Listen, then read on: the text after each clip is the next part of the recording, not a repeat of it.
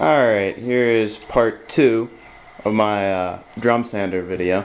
I'm gonna sand a board now, and it's just a piece of maple. I don't know if you can see that. Just a piece of maple, fairly long, for that I'm gonna sand. And the drum sander's been sanding pretty good. The conveyor before would bog down horribly. I mean, it would almost stop. I'd literally have to grab the board and push it through. And now with the new gearing on it, it doesn't do that. And I also have a much finer control of the speed now with that.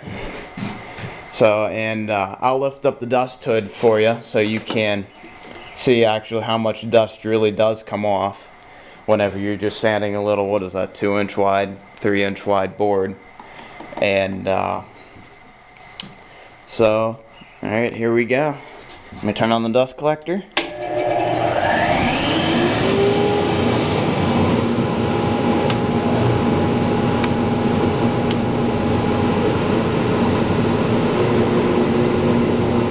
I can go real slow, or I can kind of go a little bit fast. I'm going to go about medium speed. But maybe a little bit slower than that.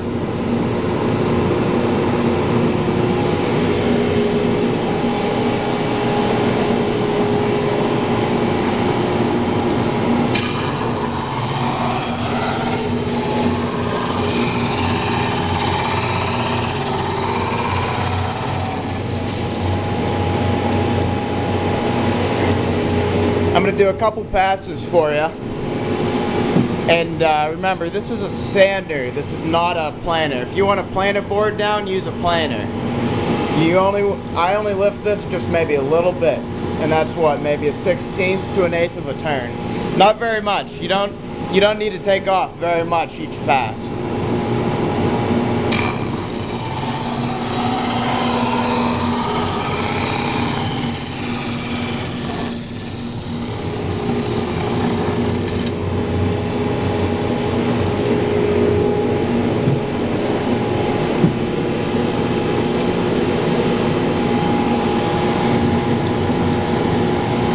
I've geared this down here so I have better leverage whenever I lift the table up.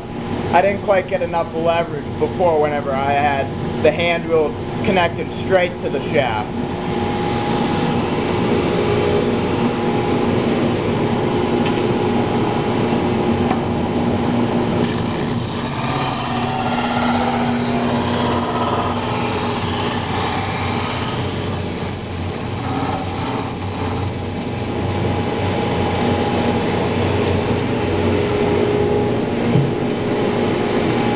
And I would say this leaves a pretty good finish.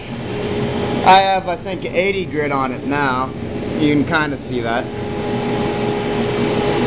But here's my homemade drum sander. I hope you guys are, I think you guys would like it.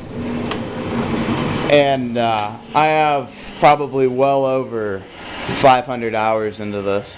I've spent quite a number of months working on this, just changing the design, working with problems.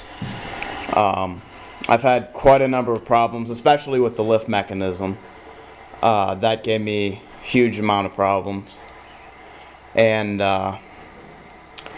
but it's all I did, just the rods would kind of jam up, and these bolts are pretty small, so I could actually take this bearing, move it side to side, left, right, back and forth, and kind of pivot the bearing. And whenever I just moved it until I could turn the rod freely.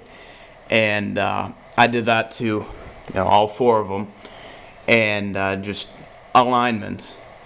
And sometimes the top bushings would give me a problem because they might have been a little bit off.